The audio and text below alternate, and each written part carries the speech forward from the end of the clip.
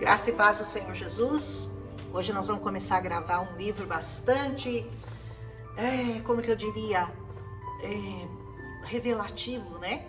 Mas de difícil compreensão, porque Ezequiel teve visões do céu.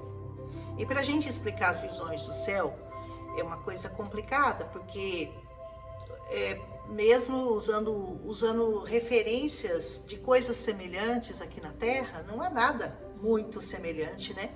Porque o céu é inefável, o céu é muito diferente, eu acredito, né? As coisas que estão lá são de difícil compreensão para a mente humana, para os olhos humanos. Mas o que a gente vai mostrar aqui para vocês é que muitas coisas que Ezequiel viu também foram vistas por Daniel, também foram vistas por Isaías e também foram vistas pelo apóstolo João, quando ele foi arrebatado na ilha de Patmos em Apocalipse. Então, o que eu vou tentar fazer aqui é buscar essas referências cruzadas de coisas semelhantes e que mostram mais ou menos a mesma coisa. O que o livro de Ezequiel tem de muito interessante é a cronologia. Ele situa muito bem a época que ele está, quase todos os capítulos fazem referência ao momento que ele está vivendo, o tempo que aquilo está acontecendo. Então isso ajuda muito aos historiadores para compreender as épocas, os tempos, a história, a cronologia bíblica. Então Ezequiel é muito referência para esse tipo de coisa. Ele começa exatamente falando do tempo em que ele estava vivendo, aquele momento que Deus o arrebatou e mostrou essas coisas para ele. Ele diz que no 5º dia do 4º mês do 30º ano do sacerdote Buzi, Ezequiel, filho de Buzi, vivia na Babilônia, às margens do rio Quebar, junto com os judeus que haviam sido levados para lá, expatriados e prisioneiros. Aconteceu que, nessa época, então veja bem, 4º mês, 30º ano do reinado do Joaquim, porque depois ele vai falar do Joaquim, que já estava no cativeiro babilônico, os céus se abriram e ele teve essa visão. Não é uma coisa linda, né? Ele diz assim: aconteceu que os céus se abriram, eu tive visões de Deus. Quando tudo isso ocorreu, fazia 5 anos que o rei Joaquim estava no cativeiro babilônico. Então, assim, ele muito informativo, essas coisas, muito cronológico, né? O livro de Ezequiel é muito cronológico, biblicamente falando. Foi no 5º dia do 4º mês do 5º ano do exílio babilônico. Eu olhei, ele diz assim: então eu olhei e contemplei uma terrível tempestade que se aproximava vindo do norte, uma nuvem enorme com relâmpagos e raios intensos, cercada por uma forte luz brilhante. O centro do fogo parecia um metal reluzente. E aconteceu que os céus se abriram e eu tive visões de Deus. Aqui, quando ele fala os céus se abriram, a gente lembra de Mateus 16, o livro diz assim: sendo Jesus batizado, saiu logo da água, e eis que se abriram os céus, e viu o Espírito de Deus descendo como pomba sobre ele. E também diz assim, em Lucas 3:21, e sendo Jesus batizado, ele está contando a mesma coisa que está contando o outro em Mateus. Mas ele diz assim em Lucas: saiu logo da água e eis que se abriram os céus e viu o Espírito de Deus descendo como pomba vindo sobre ele. Então, você vê como as visões, elas têm mais ou menos a mesma interpretação. Então dá para você entender como que acontece uma visão, né? Ele diz assim: eis que a palavra de Yahvé, o Senhor, veio a Ezequiel, vindo do sacerdote Buzi, junto ao rio Quedar, nas terras dos caldeus. Ali a mão do Eterno esteve sobre ele. Que coisa linda, né? A mão do Eterno estava sobre ele. Será que a mão do Eterno está sobre nós? Que maravilhoso, né? Você pensar que as mãos do Todo-Poderoso estão sempre sobre nós, sobre aqueles que o buscam, sobre aqueles que o amam. E diz assim: eu olhei e contemplei uma terrível tempestade vinda do norte. Essa tempestade vinda do norte exatamente aquela que se refere a Isaías. Porque essa tempestade vinda do norte eram os babilônicos, que estavam vindo, porque a Bíblia, quando vai falar num exército que está vindo, eles mostram uma tempestade. Isaías fala no Isaías 21, diz assim: é uma palavra de advertência contra o deserto que fica junto ao mar, como ventanias em redemoinhos que varrem o Neguebe. Um invasor se aproxima, vindo do deserto, de uma nação onde domina o terror. Então, Isaías dá uma clara definição do que é essa tempestade que está vindo do deserto.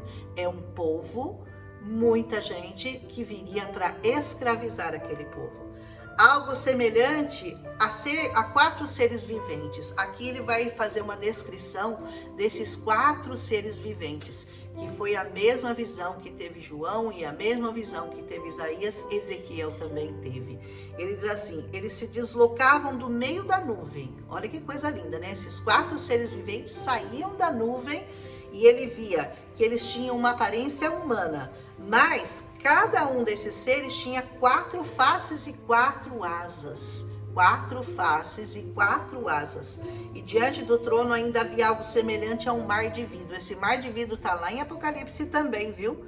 Translúcido como cristal. No centro, circundando o trono, havia 4 seres viventes cobertos de olhos, tanto na frente quanto nas costas. Apocalipse 4:6 mostra exatamente a mesma visão que viu Ezequiel. As suas pernas eram retas, seus pés eram como bezerro e brilhavam como bronze polido.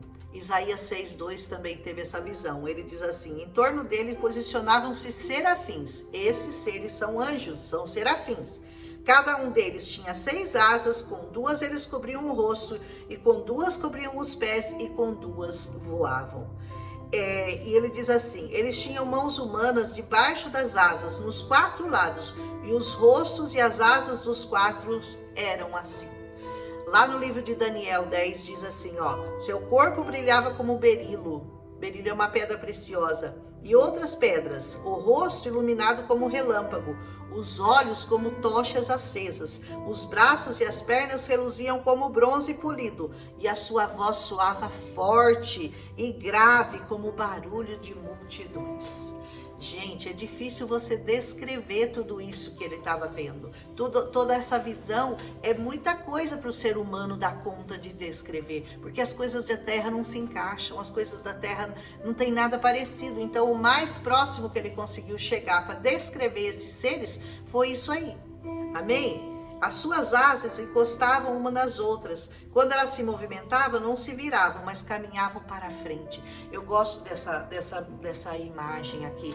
As asas, elas encostavam uma nas outras. Se você vê a Arca da Aliança, você vai ter a figura dessas asas. Dos anjos, assim, de cabeça abaixo, e as asas se encontram de frente um para o outro e do lado. Não é lindo? Gente, é muito lindo. Em relação à aparência dos seus rostos, os 4 da frente tinham faces semelhantes humanas. Os 4 tinham faces semelhantes humanas. Mas do lado direito tinha a cara de leão, do lado esquerdo a cara era semelhante à de boi. As que ficavam atrás tinham cara de águia. Boi, depois aqui leão e águia. Todos esses 3 animais são muito simbólicos na Bíblia, né? O boi significa a força, o leão significa a força, o boi é o alimento e a águia é as habilidades. As habilidades da águia são, se você estudar sobre a águia, você vai descobrir infinitas coisas sobre ela, sobre a capacidade que ela tem de voar acima das suas dificuldades, a capacidade de se renovar, a capacidade de estar sempre buscando algo novo, mesmo diante das tempestades. Ela voa contra a tempestade. As águias são muito exemplo para nós, mas a cara de homem significa o domínio sobre todos esses animais, porque a da frente era de homem, e esse homem a gente sabe quem é, não é verdade? E diz assim: o primeiro aparentava um leão, o segundo parecia um touro, o terceiro era semelhante com o homem, e o quarto parecia com uma águia em pleno voo. Se você estudar esses 4 animais e entender a simbologia de cada um deles, você vai entender por que Deus dá tanta importância a esses animais na Bíblia toda. Amém? Dessa forma eram as suas faces, diz o Ezequiel, né? As suas asas estavam estendidas para cima, cada um delas tinha 2 asas que tocavam a do outro, e 2 cobriam o corpo e cada um deles. A mesma visão de Isaías. Lembra que eu já li? E diz assim: e cada um desses seres caminhava exclusivamente para frente. Para onde quer que o espírito se movia, eles também iam. Não se viravam quando se movimentavam, sempre para frente. Sempre para frente, guarde isso. Provérbios 4:21 diz assim, ó: olha sempre para frente, mantenha o teu olhar fixo no objetivo a ser alcançado. Isso daqui é uma mensagem de Deus para nós, né? Sabe a pessoa que fica olhando muito para o seu passado ou muito ansiosa com o seu futuro? Ela não vive o seu presente, ela não tem esperança, porque o passado dela, ela lembra de um monte de coisa triste, de um monte de coisa desagradável. O futuro, ela olha sem esperança. Então a palavra de Deus fala assim: olhe sempre para frente. Quando você puser a mão no arado e pegar e traçar sua reta, vá e não olhe para trás. Isso é uma mensagem dos céus para nós. Esses anjos faziam exatamente, onde quer que eles fossem, o Espírito se movia, onde quer que Deus os levava, que o Espírito se movia, eles iam, eles não se viravam quando se movimentavam. Isso aí é ensinamento para nós, gente. Esse capítulo vai ser difícil de explicar tudo, tá? Porque ele é muito longo, muito cheio de detalhes, e eu quero parar em cada um deles. Vocês vão me perdoar se eu der uma avançadinha no tempo aqui. Entre esses seres havia algo semelhante a brasas ardentes. Grava isso, brasas ardentes. Eram como verdadeiras tochas flamejantes. Guarda também, tochas flamejantes, que se movimentavam de um lado para o outro por entre os seres viventes. Você imagina um monte de tocha ardente, de brasa flamejante em volta desses animais, né? E desses seres viventes. E do meio das chamas partiam fortes relâmpagos e faíscas. E esses seres moviam-se com muita rapidez. Eles iam e vinham como num raio. O livro de Tessalonicenses 1:7 diz assim: quanto a vós que sois atribulados, vos dê pleno alívio, bem como a nós, assim que o Senhor Jesus se revelar do céu com seus anjos poderosos em meio a flamas flamejantes. Tá lá em Tessalonicenses. Apocalipse 4:5 também tem uma referência disso. Do trono emanavam relâmpagos, vozes e trovões. Perante ele estavam acesas 7 lâmpadas de fogo, que são os 7 Espíritos de Deus. E Ezequiel diz assim: então Yahvé ordenou ao homem vestido de linho: vai por entre as rodas giratórias, por baixo dos querubins, encha tuas mãos de brasas acesas. As brasas acesas são as orações, viu? As brasas acesas são as suas orações. Sabia disso? Então vai aprendendo.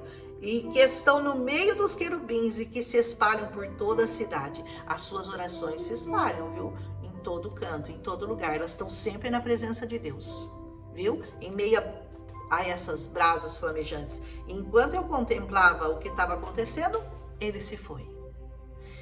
Continuando. Enquanto eu os admirava, no 15, lá de Ezequiel, notei a presença de rodas sobre a terra junto dele, uma para cada uma dos 4 rostos, uma roda para cada rosto. Esses 4 rostos indicam os 4 pontos cardeais da terra: o norte, o sul, o leste e o oeste. O que significa que Deus está no pleno controle de tudo. De norte a sul, de leste a oeste, o Senhor tem o controle total de todas as coisas que acontecem na terra. Esta, pois, era a aparência das rodas e a sua estrutura. Elas brilhavam intensamente como berilo. O berilo é uma pedra preciosa amarela. As 4 eram muito parecidas. Na verdade, cada uma das rodas parecia estar encaixada na outra. Sabe, as coisas de Deus, elas se encaixam. Elas andam na mesma direção e elas andam sempre para frente. Ai, que lindo! Eu estou apaixonado por esse livro. Apocalipse 4:7. O primeiro aparentava um leão, o segundo um touro, o terceiro era um homem e o quarto parecia uma águia. De novo as 4 figuras. Ele está repetindo aqui, né? O leão, o touro, o homem e a águia. Aleluia! Essa, pois, era a aparência das rodas e a sua estrutura. Brilhavam intensamente. Eram muito parecidas as 4 rodas. Na verdade, cada uma das rodas estava encaixada na outra. Elas tinham capacidade de se mover em qualquer das 4 direções. norte, sul, leste, oeste. Elas tinham a capacidade de se mover em todas as direções em que estavam posicionados os 4 rostos de cada ser, sem a necessidade de se virarem quando andavam. As 4 direções, né? Norte, sul, leste e oeste. As tais rodas eram altas e muito impressionantes no seu aspecto, portanto, seus aros estavam repletos de olhos ao redor. Aros com olhos. Os olhos do Senhor estão aonde? Em toda a terra. Os olhos do Senhor observam tudo.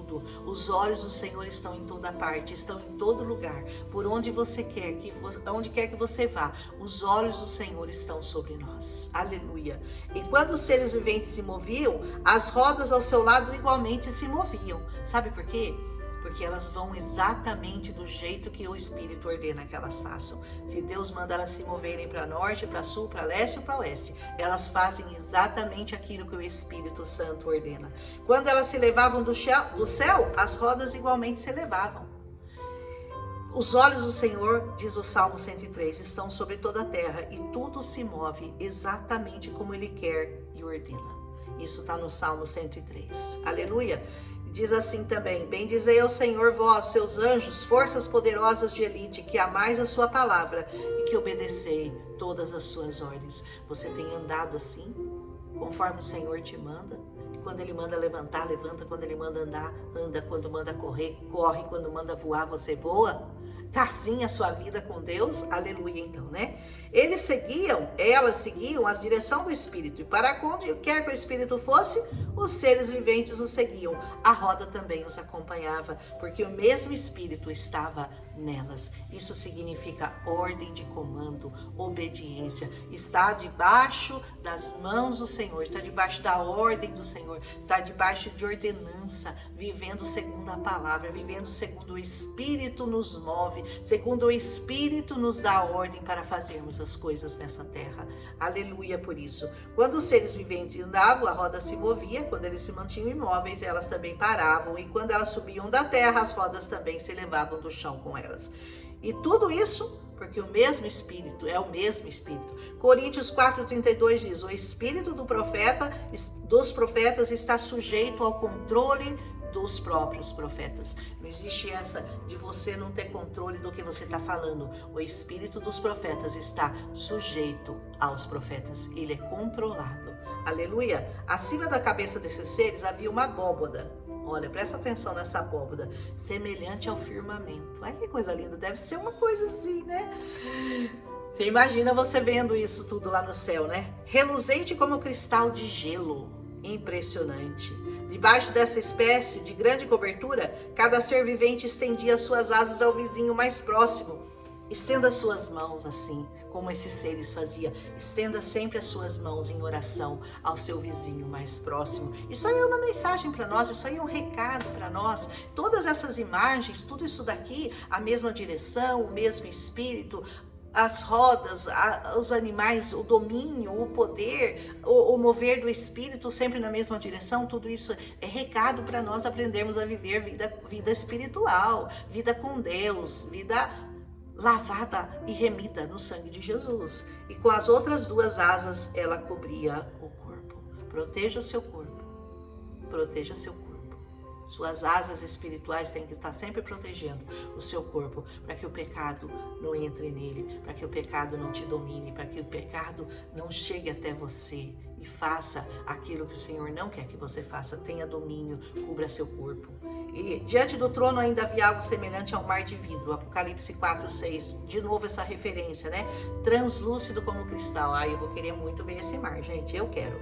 No centro, circundando o trono, havia 4 seres viventes, cobertos de olhos, tanto na frente como nas costas. Percebe que a visão de João é a mesma de Ezequiel? Apocalipse 44:3-6 diz assim: aquele, pois, que estava sentado tinha a fisionomia semelhante às pedras lapidadas de diamante sardônico. Imagina, deve ser lindo. Ao redor do trono reluzia um arco-íris, parecendo uma esmeralda. Nossa, um arco-íris parecendo uma esmeralda. Deve ser a coisa mais impressionante do mundo, não dá para descrever, né? Debaixo dessa espécie, o 23 de Ezequiel, debaixo dessa espécie de grande cobertura, cada ser vivente estendia suas asas ao vizinho mais próximo. Eu já li isso, né? Então eis que eu vi o barulho, provocado por suas asas quando voavam. Faziam lembrar o rugido do mar. Parecia a voz do Todo-Poderoso. Sabe aquele que consegue acalmar a tempestade no mar? Você conhece um que consegue fazer isso? Que a voz dele acalma a tempestade no mar, mas também faz nascer a tempestade. É o mesmo Deus, o que faz nascer a tempestade e o que acalma a tempestade. É a voz do Todo-Poderoso. Era um ruído estrondoso, diz assim, como de um grande exército em movimento. Assim que pousavam, fechavam as asas. Ouviu-se então uma voz que ecoava por sobre a abóbada que estava acima das suas cabeças, enquanto os tais seres ficavam de asas fechadas. Apocalipse 19 diz: então ouvi algo semelhante ao som de uma grande multidão, como o estrondo de muitas águas e poderosos trovões, que bradava: aleluia, porque o Senhor nosso Deus, o Todo-Poderoso, já reina. Isso é uma voz maravilhosa que nós temos que ouvir. O nosso Deus reina. Acima da abóbada, a cobertura... Peraí, que eu perdi aqui. Acima da abóbada, a cobertura curva sobre suas cabeças. Havia algo semelhante a um grande trono, feito de safira. E bem no alto, sobre o trono, estava sentado alguém que parecia um homem. Sabe quem é esse homem, né? Que está sentado nesse trono. Porque venceu. Porque veio aqui. Porque se fez carne. Que entrou no barro e se fez barro como nós. E ele está lá reinando soberano, aguardando que você olhe para ele, para que você possa desfrutar das coisas do Espírito. Em Hebreus diz assim: ora, o mais importante de tudo que temos afirmado é que sim, temos um sumo sacerdote, o qual se assentou à direita da majestade nos céus. Hebreus 8:1. E diz assim no 27 de Ezequiel: observei que a parte superior, que parecia ser a cintura dele, se assemelhava a uma espécie de metal muito brilhante, como se toda a cintura estivesse incandescente. É fogo puro, é fogo dos céus.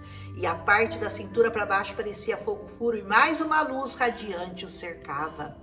O aspecto geral do fulgor a seu redor lembrava o aspecto de um forte arco-íris, quando a chuva passa e o sol surge por detrás das nuvens. Assim era todo o seu esplendor ao seu redor. Esta, pois, era a aparência da glória de Yahvé, o Senhor. Quando contemplei tudo isso, prostrei-me com o rosto ao pó da terra. Foi quando eu ouvi uma voz me chamar. Agora nós vamos entrar no capítulo 2, né? A voz que vai falar com ele. Apocalipse 1:14 diz: sua cabeça e seus cabelos eram brancos como a lã, tão brancos quanto a neve, e seus olhos como uma chama de fogo. E Hebreus 12:29, porque o nosso Deus é fogo consumidor. Aleluia. Você quer ter a visão de tudo isso aí que Ezequiel viu? Você tem que se curvar a esse Deus, você tem que se render a Ele, você tem que buscá-lo, você tem que amá-lo, você tem que adorá-lo, você tem que servi-lo. Não é ficando em casa, não é ali sentadinho, comendo, bebendo, que você vai ter uma visão dessa, que você vai chegar num lugar desse. É entrando na batalha do Senhor, entrando na guerra junto com Ele. Deus vai falar no teu coração. Gente, hoje eu me avancei demais no horário, mas é que esse capítulo é muito difícil de ser explicado, como todos quase de Ezequiel, então vocês vão me perdoar se eu me alongar um pouco aqui, mas o Senhor vai falar com muita gente, eu creio, através desse livro do profeta Ezequiel. Como vai falar em todos os livros, quando a gente chegar no Novo Testamento, então nem se fala, né? Nós vamos explodir. Aleluia. No nome de Jesus, um abraço a todos.